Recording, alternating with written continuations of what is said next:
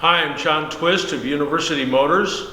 Today is Friday, the 17th of November, 2023. Next week, Wednesday, I turn 75. I can't believe it.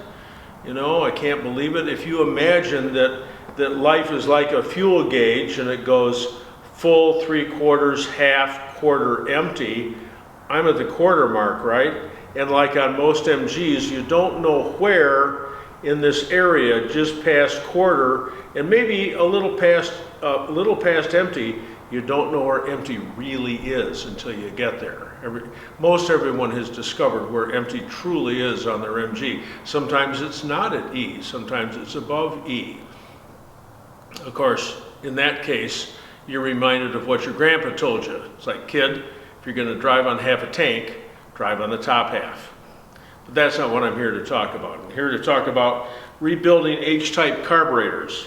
Now here I've got some here that I'm going to ask Sarah to come in closer, and I'm going to show you that I take these carburetor bodies and glass bead them and then put them into a tumbler. You can see the stones left over here at the bottom. They get jammed in there, and they tumble for about a day in some special fluid. And really, I mean, these things look like fresh cast, and they're really, really nice. It gives them a really nice look for a rebuilt set of carburetors. The suction chamber that goes on top, I'll put that on the lathe and spin that. I don't dare put that in the tumbler because I don't want to affect the inside diameter. But I'm not here to talk about that either. I'm here to talk about the floats. Now this float, of course, you can't hear it. Well, there's nothing to hear. You shake it, there's nothing. Sometimes there's a little tiny piece of solder on the inside that you can hear go ding, ding, ding when you shake it around. But this one's got fluid in it. It's not a float, it's a sink, right? Well, not yet. It hasn't got enough fluid in it yet to sink. So replace these on H-Type carburetors. Joe Curto's got those new nitrile ones. They're great. They stand up. These are brass. They're original. They're really cool. You can fix these. You can suck the fluid out, blow the fluid out, and solder up the holes. But what if it leaks again? So just buy new nitrile ones. So here's the one with the fluid in it, and I've got a drill here, and I don't know whether my drill is going to be sharp enough to. We're going to see here.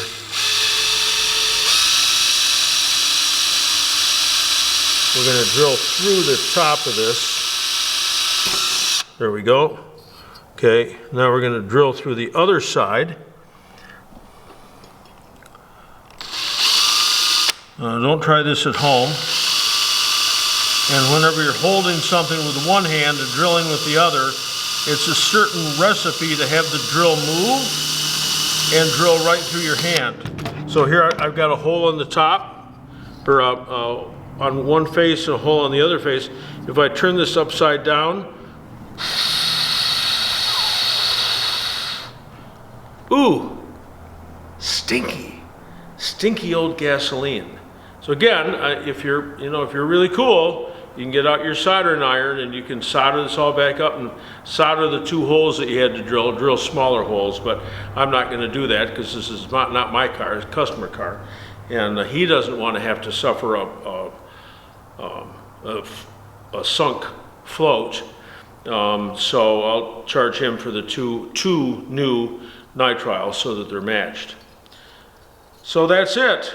Always shake these guys and listen and see. Or what we used to do at the shop, we'd put two of them on top of each other, put them into a can, put some weight on top of them, put some water in there, and you'd come back after a week or whenever it was time to start to put the carburetors back together after you'd done all the blasting and reaming and everything, and you pick them out of the water again and shake them to see if there was any fluid inside.